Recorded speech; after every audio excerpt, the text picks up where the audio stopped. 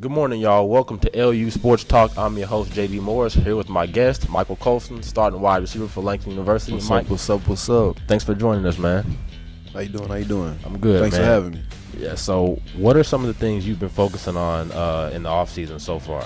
Honestly, in the off season, I'm just trying to focus on, of course, my body wise, getting bigger, stronger, faster. But one of the biggest things I'm focused on is trying to get my leadership skills up, as far as leading my team. So what can you say about having to replace guys like Jalen Lowe and Carrillo, among other seniors who are departing?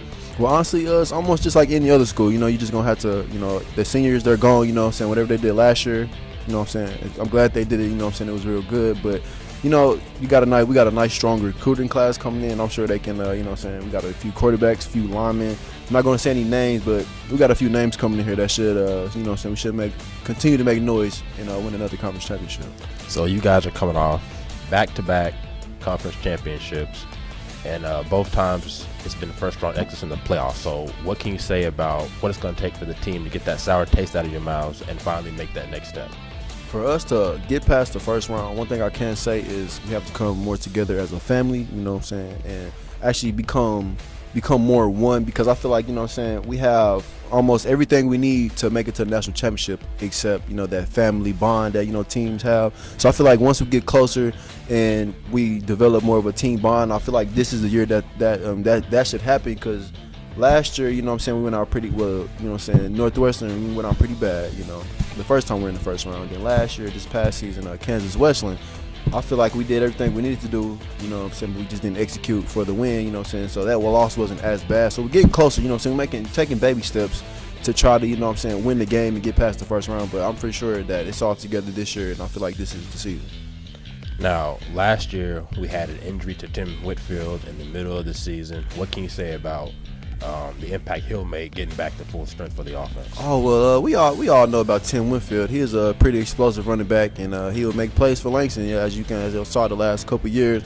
And he did go down without an injury. He did go down with an injury, but like I said, we have a strong recruiting class, and we had a lot of people back up.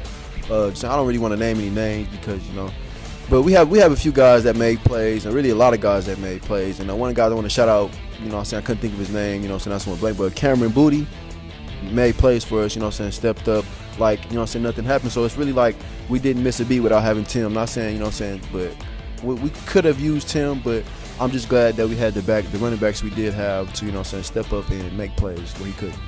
Now you've managed to stay healthy throughout the entirety of your college career. What can you say about your durability and the work that goes into taking care of your body throughout the full course of the season? Well, that is a lot of work. Honestly, it's just you have to develop a mental barrier for yourself to let yourself know that I have to continue to work out and continue to do everything I need to do to make sure my body is fine. You try to preach to, your peers and your teammates that, go work out, go run, stay eating healthy.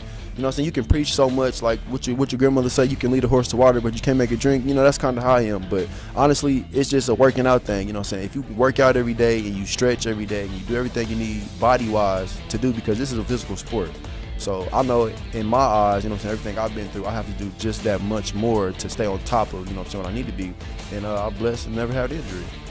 So what do you think was the biggest improvement in your game during your last season?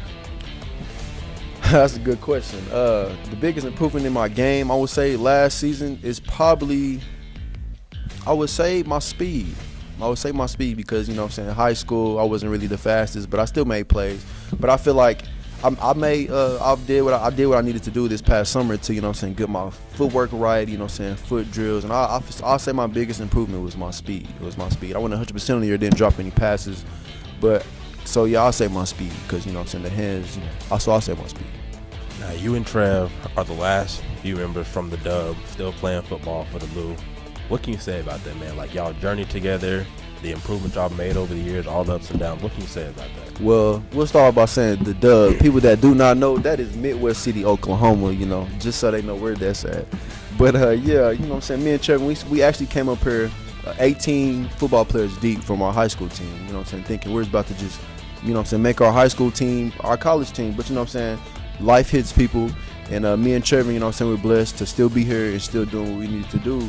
to actually play one more last season, because me and Trevor are going into our 5th year, our senior season, and I feel like me and him from the start, I just knew Trevor was, you know what I'm saying, we just bred different, you know what I'm saying, we move different, we just try to be different, and being different has us standing here today. All right, I think that's all we have time for today. Thank you, Mike. This is JD, Thanks your for having host me. Thanks of for having LU me. Sports Talk, and we're done.